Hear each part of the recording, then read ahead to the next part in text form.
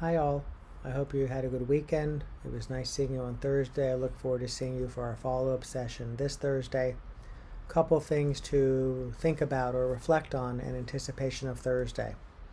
It may be that the weekend has been a blur and the card with the four different relaxation practices and the landscape of the mind image have sort of begun to recede into the background, or perhaps you have the landscape of the mind very close at hand and you had cut out one of the relaxation practices and you've been practicing it.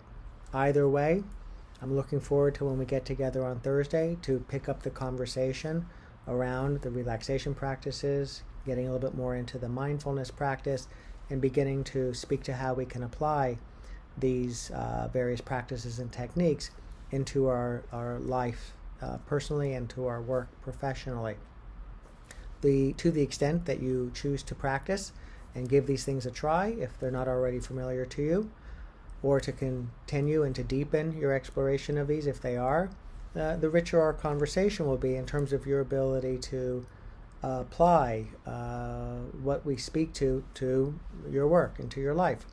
But if you don't, for whatever reason, have the time to or choose not to practice, that's okay too, because we are also learning about and understanding conceptually why these can be useful, and that can be very helpful unto itself, especially when we get into the mindfulness insights.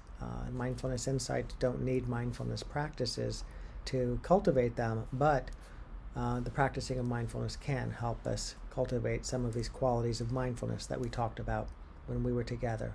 So a couple of reminders, and I'm going to close this hopefully short video segment with information regarding the So Be Mindful app so that you can download if you'd like to and listen to 6 or 12-minute mindfulness practices between now and when we meet again.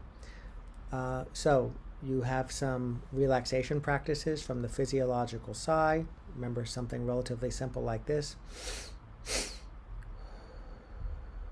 Nice to do before a meeting, after a meeting, when in traffic, waiting in line. It's in a difficult conversation to the extent that you can, do it comfortably. The stop practice, you get to a stop sign while you're driving, stop, take a breath, observe, proceed. The box breathing, a little bit more of a deliberate breathing count. We talked a little bit about why that could be helpful, as well as the others, in terms of shifting our physiological state of arousal into a more relaxed and steady state. And then the but-for pause with that cute little puppy dog. Turning our attention to the sensations of our body sitting, our hands, our feet, the but-for pause. With the idea, as with all these practices, but for this pause, but for this intentional stepping outside and off of the hamster trail of busyness, what might I have said or done or jumped into maybe more prematurely or prematurely. And it was useful to step back, or at least to feel a little bit more steady and then moving into those spaces. The focused attention practice that we did at the very end, the mindfulness practice, well, that's something that if you have an app, perhaps you are able to draw upon, but if you don't, you may not have known what to do. How do I practice? So the So Be Mindful app is an app that I have available for free that you can download if you have an Apple device. If you don't, you can email me and I can send you some links to the practices. But there's a password, and the password, which you'll need, or is an access code to unlock those practices, is TMLS23. TMLS23. That'll open up those to you, and then you can do a focused attention practice for 6 minutes or 12 minutes in anticipation of our meeting this Thursday. Finally, there was also the landscape of the mind, the illustration. And if you have it tucked away and you're somewhere, you might want to take it out. If you haven't already, keep it close by. And as we began to discuss, when you find yourself feeling agitated, procrastinating, whatever it might be where you're not optimally engaged in that moment in the way that you would like, to look to where it is on the landscape of the mind that you maybe are inhabiting in that moment. The valley of fear, the river of regret, the dungeon of doubt, the waterfall of weariness, wherever it may be, and to see how it is that shifting your attention to being aware of your experience as opposed to being sort of caught in your experience is a pivot that can be quite useful.